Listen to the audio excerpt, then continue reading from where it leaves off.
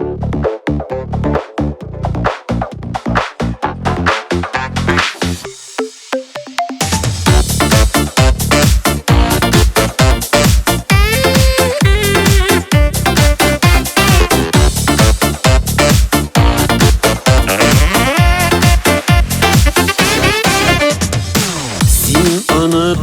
diyesin mi? Unutmadım birisini de. Birge şoklar, matur şoklar, barısı da iyisinden. Unuttun, unuttun dime, unutup bulamanay. Kungildagi süyügülü, ye ey kul sulamanay. Unuttun, unuttun dime, unutup bulamanay.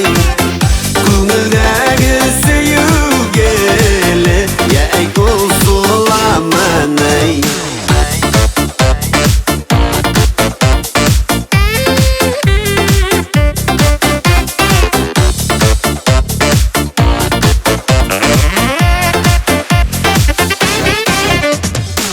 Yazlar sayın yanara o mehabbetli hissimden.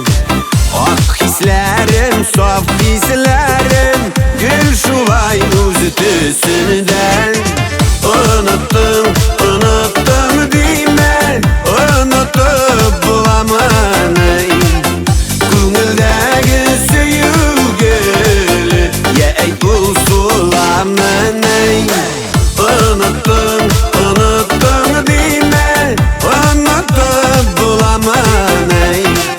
Kungildagi süyügülü, ye ey kul sulamanay.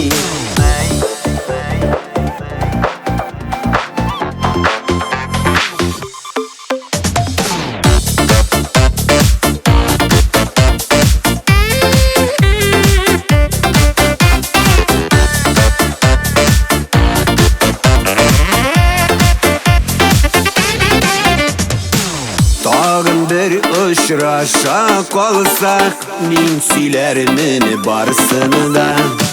Üzülüp üzülüp seni hamman, sağınırım hakkını da.